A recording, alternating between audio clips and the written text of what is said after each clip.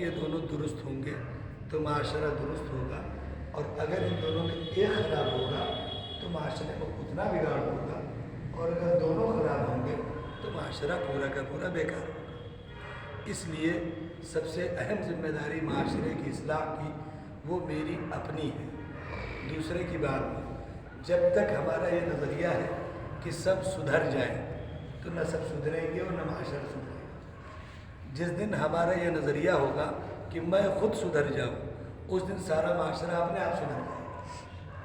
ہر چیز، ایک آدمی کسی کو گناہ کرتے دیکھتا ہے تو اب اس کا جو اندر کا حال ہے اور اندر کی جو کیفیت ہے، اس کی بنیاد پر اس کے دماغ میں ایک بات آتی ہے اور زبان سے فیصلہ نکلتا ہے۔ مثلا کسی نے کسی کو شراب پیتے دیکھا، جوا کھیلتے دیکھا، غلط کام کرتے دیکھا، اگر خود بھلا ہے تو یہ سوچتا ہے کہ کاش اس کو بھی اللہ کی دعوت ملی ہوتی، اس کو بھی رسول کا حکم معلوم ہوتا، اس کو بھی صحابہ کی سیرت معلوم ہوتی، اس کو بھی اس گناہ کے نقصانات کا پتہ ہوتا، اس کو بھی اللہ تبارک و تعالیٰ کی جانب سے اس گناہ پر کیا سخت سزا ملے گی معلوم ہوتا۔ پھر اس کے اپنے دل میں خیال آئے گا کہ کوئی ایسا راستہ بنتا کہ اس کو ہم سمجھا دیتے، اس کو ہم بتا دیتے، یا ہماری نہیں سنتا تو چلو کسی اور کی سنتا، اس سے کہہ دیتے۔ تو ایک تو یہ ذہن آئے گا معاشرے میں، ایک وہ اس طرح کے لوگ ہیں، اور دوسرے اس طرح کے لوگ ہیں کہ دیکھا اچھا یہ شراب پی رہا، اچھا یہ جوا کھیل رہا، ہم بھی پیتے، یہ بھی پی رہا، ٹھیک ہے برابر ہے، ہم سے ٹکر تو نہیں رہتا۔ کل کو کوئی بات ہوگی تب ہم راز کھولیں گے ان کے، تب ان کو پتہ چلے گا کہ اب تک یہ سمجھ رہے کوئی جانتا نہیں۔ ایک طبقہ وہ بھی۔ تو یہ جو ہمارا معاشرہ ہے، اس میں ہمارا اپنا ہی حال ہے۔ جیسے ایک گلاس پانی ہو، اس میں ایک گلاس، اس میں پانی ہو، آدھا بھرا ہو آدھا خالی ہو، تو ہم ایک کو ضد ہے کہ گلاس میں پورا پانی نہیں ہے، ایک کہنے پہ تلا کہ پانی تو ہے۔ تو بس معاشرہ یہی حال ہے۔ ہمارا جو اندر کا حال ہے وہی ہمیں معاشرے کے فیصلے پہ مجبور کرتا ہے۔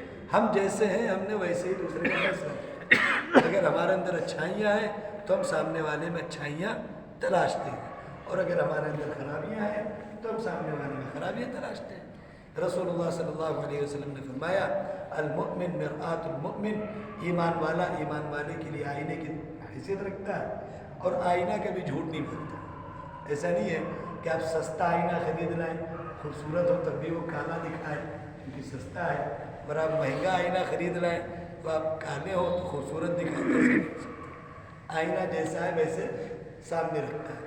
تو اگر اندر خود سے آدمی بہتر ہے تو سامنے والا اس کو اچھا لگتا ہے، اگر خود سے آدمی بہتر نہیں ہے تو سامنے والا اچھا نہیں لگتا۔ یہ اپنا اپنا نظریہ ہے، اور نظریات کے قائم کرنے کی بنیاد پر ہی معاشرہ بنتا اور بگڑتا ہے۔ میں نے ایک بہت مختصر سی بات بتائی تھی کہ ایک جنگ کے موقع پہ حضرت کعب رضی اللہ تعالیٰ عنہ موجود نہیں تھی، تو رسول اکرم صلی اللہ علیہ وسلم کی عادت تھی کہ جب کہیں پہنچ جاتے تھے، قیام کرتے تھے، تو ایک ایک صحابی کی خیریت پوچھتے تھے، ایک ایک صحابی کی۔ رسول اللہ صلی اللہ علیہ وسلم کو تو نام آتی تھے، تو جب سب کی خیریت پوچھ رہے تھے تو پوچھا کعب نہیں دکھتے کہاں رہے؟ سب کی خیریت پوچھتے، ان کا بھی نام آیا۔ تو کسی صحابی کو حضرت کعب رضی اللہ تعالیٰ عنہ کے بارے میں کچھ خیال ہو تو کہنے لگے اللہ کے رسول صلی اللہ علیہ وسلم حبسہ بردا، ارے اللہ کے رسول کو کہاں ڈھونڈے ملیں گے؟ پیسہ ہے ان کے پاس، گاڑی گھوڑا بنگلہ سواری، جائیداد، زمینیں، مکان، کھیت کھلیان، باغیں، ارے بہت کچھ ہے۔ حبسہ بردا کے جو ترجمہ یہ نہیں ہے، میں نے مطلب نقل کیا ہے کہ اللہ حبسہ میں نے روک لینا۔ بردا چادر کو کہتے ہیں، اس سے دو چیزیں مراد ہیں، ایک تو مال اور دوسرے جائیداد اور جو ان کی شہرت ہے۔